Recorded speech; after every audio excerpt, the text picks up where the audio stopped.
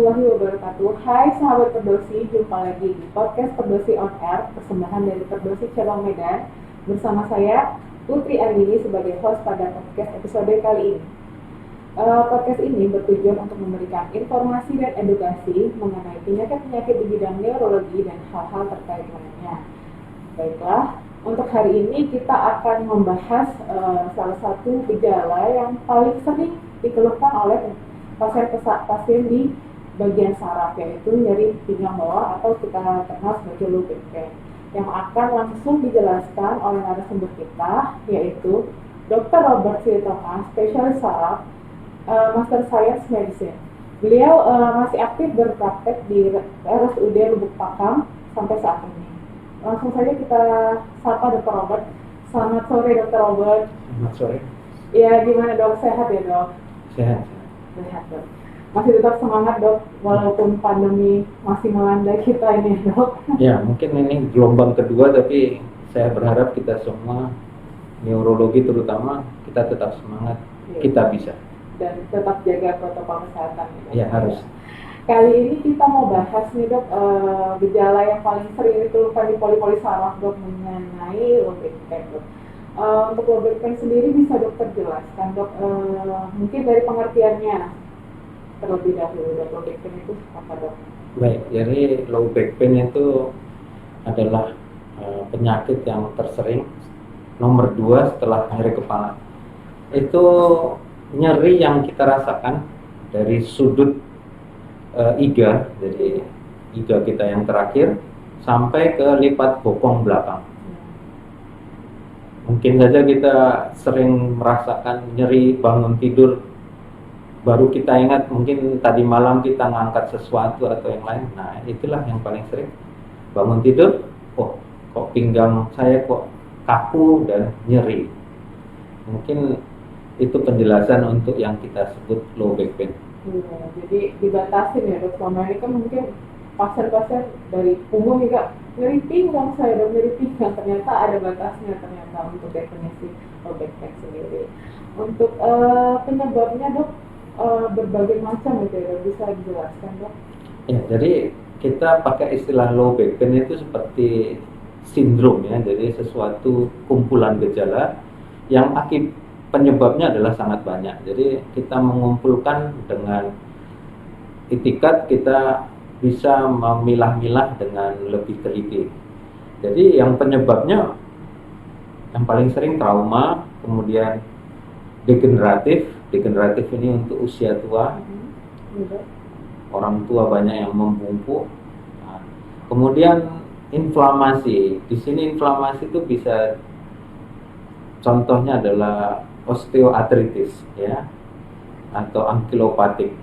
Itu juga dasarnya adalah inflamasi. Kemudian metabolik seperti osteoporosis, yang keganasan neoplasma, dan satu lagi yang sangat membuat kita lebih sulit dalam menangani nyeri punggung bawah adalah psikogenik. Jadi ada psikisnya juga di situ. Jadi ternyata banyak sekali penyebab yang bisa mengakibatkan keluhan nyeri punggung bawah atau low back pain ini. Untuk membedakan, kan semua tuh dari sekian banyak itu dok, membedakan oh ini suatu low back pain yang patut kita curigai mengarah keganasan atau berbahaya bagi pasien tersebut, ada nggak dok ciri-cirinya seperti apa dok? Iya. Itu sesuatu yang sangat penting ya. Jadi kadang kita datang pasien dengan keluhan yang masih sederhana, tapi kita tidak aware, padahal itu adalah titik petunjuk sesuatu yang ganas. Di saat awal adalah sesuatu yang sangat baik untuk kita lakukan terapi. Mungkin kalau kita kurang teliti, kita bisa kebobolan istilahnya. Jadi kita mengatakan itu red flag, artinya bendera merah yang membuat kita harus hati-hati dan waspada atau ada unsur yang berbahaya di situ. Red flag akan muncul yang menjadi kecurigaan kita untuk kecurigaan patologi spinal yang lebih serius ya. Serius di sini tidak hanya mengancam jiwa, tapi juga bisa mengancam seperti kelumpuhan. Kita membagi yang sederhana aja jadi 4 ya. Memang banyak literatur red flag, mungkin kita menghafalkannya sulit, tapi intinya adalah 4, yaitu pertama kanker atau metastasis. Kalau ada metastasis di daerah lumbal, dia akan menimbulkan nyeri dan itu harus kita waspadai. Kemudian yang kedua adalah infeksi. Infeksi juga bisa menimbulkan kelumpuhan atau kerusakan yang lebih fatal, sehingga kita kalau tidak menduga ke arah situ, mungkin kita bilang, oh ini sarafnya kejepit, padahal infeksi sudah kaset, terlanjur lebih parah. Kemudian yang ketiga adalah fraktur kompresi. Tanda-tanda nyeri pinggang yang masih kompresi yang bisa dibilang awal, kalau kita tidak aware, ya itu juga. Kemudian yang keempat adalah defisit neurologik, di mana kekurangan saraf yang sudah kita periksa ini bisa menimbulkan kelumpuhan kalau kita tidak melakukan pemeriksaan yang lebih lanjut. Jadi masing-masing ini mempunyai ciri khas tersendiri. Misalnya kanker, kehilangan berat badan, juga faktor usia. Kemudian infeksi itu mungkin kita juga menanyai demam dari paru kah, misalnya ada batuk-batuk berdarah dan lain-lain. Fraktur kompresi ini mungkin lebih mengarah degeneratif ya, jadi usia, pernah jatuh, walaupun jatuhnya sederhana kepleset, tapi kita harus awasi ya. Nah mungkin ditindaklanjuti dengan foto dan lain-lain. Jadi memang dalam mendiagnosa suatu LBP ini kita harus melakukan anamnesis ya dok, ya yang menyeluruh, yang lebih lengkap mengenai riwayat pasien. Kalau faktor risiko tertentu dok, misalnya penggunaan obat atau apa, itu bisa tidak dok memperburuk gejala LBP? Jadi kalau kita anamnesis nyeri punggung bawah, ada baiknya juga kita memperhatikan komorbid ya. Jadi komorbid inilah yang paling sering membuat orang makan obat ya. Misalnya dia punya sakit gula atau dia punya sakit darah tinggi. Nah dari situ mulai dia tiba-tiba terjadi nyeri punggung bawah. Nah, mungkin terutama untuk DM ya, diabetes mellitus atau sakit gula, itu kadang-kadang antara nyeri pinggang yang pure sakit pinggang atau dia merupakan akibat dari penyakit neuropati diabetikumnya. Mungkin itu yang harus kita waspadai.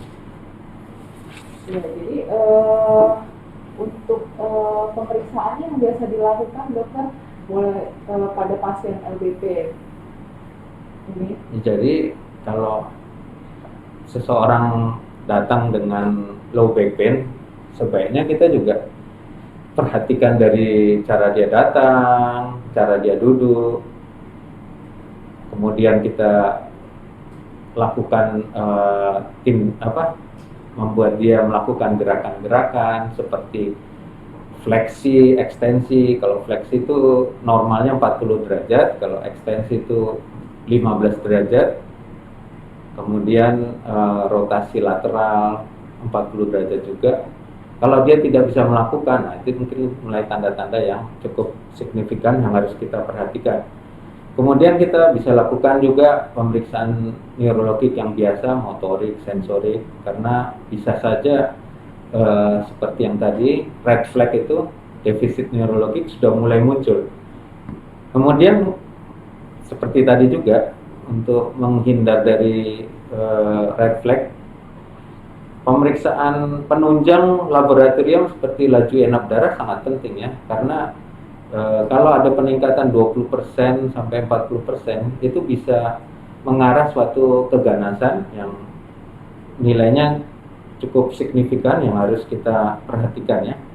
Mungkin dengan begitu kita lanjutkan dengan foto dan MRI mungkin. Kemudian pemeriksaan berikutnya kalau kita mengarah suatu kemungkinan pembanding seperti SI joint, sacroiliac joint yang artritis atau piriformis, bisa kita lakukan provokasi. Provokasi ya? Ya, kalau provokasi itu seperti Patrick, kontra Patrick, kemudian Genslands, ya. Mungkin itu yang bisa ditambahkan. Ternyata cukup banyak sekali yang harus diperhatikan, mulai dari anamnesis, kemudian pemeriksaan fisik, sampai dengan melakukan pilihan untuk pemeriksaan penunjang pada kasus low back pain. Untuk setelah kita lakukan pemeriksaan penunjang, kemudian sampailah kita ke penata laksanaan, dokter. Untuk penata laksanaan LBP sendiri, mungkin yang dokter bisa sharing kepada kita yang mungkin yang baik untuk penata laksanaan pada low back pain ini secara umum maupun secara khusus. Ya, jadi low back pain termasuk divisi nyeri ya. Jadi pengobatan nyeri sebenarnya ada dua ya untuk low back pain ini. Pertama adalah penyebab low back pain, itu yang harus kita perhatikan. Apakah dia infeksi, kita harus memberikan antibiotik, atau apakah penyebabnya trauma, mungkin fiksasi dan lain-lain, perlu kita perhatikan. Nah, yang kedua yang lebih utama adalah nyerinya. Nah, nyerinya sendiri ini kita harus seperti tadi dalam segi pemeriksaan, ya nyerinya apakah dia nyeri nociceptic saja atau ada neuropatik. Juga urutan waktunya mungkin apakah masih akut, masih di bawah 3 bulan, atau yang sudah 3 bulan yang kronik. Nah, kalau itu memang sudah ada, pengobatan biasanya berbeda-beda ya. Ini juga termasuk dari komorbidnya ya, seperti ada DM. Kita nggak bisa, atau komorbidnya adalah gangguan pada pencernaan lambung. Nah, NSAID punya efek negatif untuk itu, jadi kita harus hindari. Kalau untuk yang akut, biasanya kita menggunakan NSAID, tetapi kalau yang kronis, yang sudah mulai unsur neuropatiknya muncul, kita harus juga menambahkan analgetik adjuvan seperti gabapentin atau pregabalin. Mungkin itu yang harus kita perhatikan dalam penata laksanaan. Ya. Itu yang farmakologi ya. Farmakologi. Kalau yang non farmakologi itu mungkin nanti kan sahabat-sahabat perdosi bisa mengetahui dari podcast ini cara latihan untuk mengurangi nyerinya dan jadi punggung bawah. Ya, jadi kalau untuk non farmakologik ya yang paling betul adalah rehab medik ya, rehabilitasi atau fisioterapi kita kenal. Nah, yang paling sering adalah melakukan gerakan seperti tengkurap dan menggerak-gerakkan pinggangnya kalau lagi sakit ya. Jadi dengan dia tengkurap, kondisi cenderung lurus, dia tidak ekstensi, dia tidak fleksi, punggung itu lebih rileks dan lebih nyaman ya. Jadi tetapi ya kalau memang penyebabnya lebih kuat, mungkin apapun posisinya tetap tidak enak. Mungkin itu.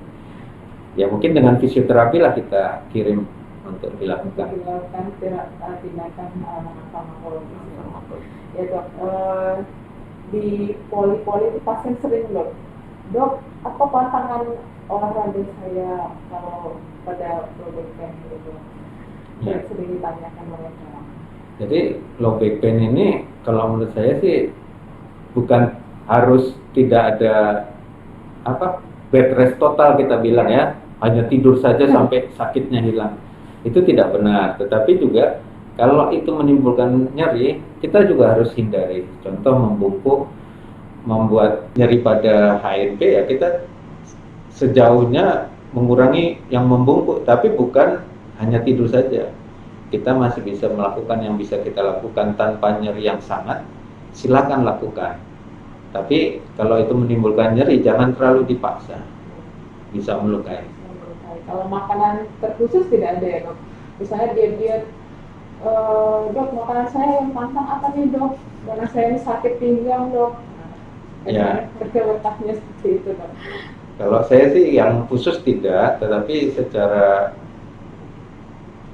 unsur faktor risiko obesitas, nah itu mungkin lebih menganjurkan untuk mengurangi masukan ya, artinya jangan terlalu banyak makan, tapi ya itu secara umum. Secara umum gitu. Tapi kalau secara khususnya tidak ada ya dok. Yang penting menjaga agar berat badannya ideal, tidak mencederai organ-organ. Nah, jadi untuk pencegahannya sendiri dok, untuk low back pain ini ada tindakan tersendiri nggak dok untuk mencegah supaya tidak jatuh menjadi low back pain atau tidak jadi HMP gitu? Ya, menjaga kelenturan ya, jadi mungkin senam untuk yang sudah usia yang sangat tua ya, hati-hati dalam melakukan kegiatan olahraga. Lebih dianjurkan seperti senam yang tidak, ritme jantungnya tidak terlalu dipacu ya, jadi seperti yoga, tapi kadang-kadang nggak harus yoga yang beneran ya, yang biasa-biasa aja, melenturkan sendi, melakukan stretching istilahnya, jadi misalnya leher fleksi, ekstensi, pinggang juga fleksi, ekstensi, dicoba dilakukan setiap pagi, misalnya, itu yang sangat baik sekali. Tai Chi itu dok, gerakannya pelan-pelan tapi merilekskan ya. Iya. Dok bisa diberikan kata-kata terakhir untuk sahabat-sahabat Perdosi, pesan-pesan mengenai waktu ini. Ya, jadi untuk teman-teman sejawat, ya kita dalam menangani low back pain ini memang banyak keluhan. Yang lebih berbahaya ada, tetapi yang sederhana saja, contohnya seperti nggak pernah main bulu tangkis, tiba-tiba diajak main bulu tangkis, besok pasti pinggangnya sakit. Jadi itu juga menjadi pasien kita. Nah, apakah semuanya harus difoto? Itu juga harus hati-hati juga. Terlalu sering kita hanya bertindak melalui imaging, kadang-kadang kita malah bisa jadi salah terlalu over ya. Karena dengan manusia yang tidak ada rasa sakit pun 10% punya gambaran patologik di foto ya. Nah, jadi bukan harus foto yang kita obati orangnya. Jadi kalau orangnya tidak merasa, ya nggak usah terlalu difotoin semua, nanti ada spondilosis semua. Padahal nggak ada menyebabkan nyeri ya. Gitu. Jadi harus anamnesis yang lebih lengkap, kemudian pemeriksaan fisik menyeluruh ya dok. Kemudian pemilihan terapi juga dikondisikan sesuai dengan gejala yang muncul pada low back pain. Ya, baik. Baiklah sahabat Perdosi, jika kamu menyukai video ini, kamu bisa tonton di kanal YouTube Perdosi Medan, dan jangan lupa untuk klik lonceng notifikasi agar kamu bisa mendapatkan informasi-informasi terbaru mengenai video-video Perdosi Cabang Medan. Jangan lupa untuk mengklik subscribe dan komen pada kanal YouTube tersebut. Jika kamu ingin mendapatkan informasi mengenai Perdosi Cabang Medan, jangan segan-segan untuk follow IG-nya di Perdosi Medan 2019. Akhir kata saya ucapkan terima kasih dan Assalamualaikum warahmatullahi wabarakatuh. Sampai jumpa di podcast selanjutnya. Selamat sore.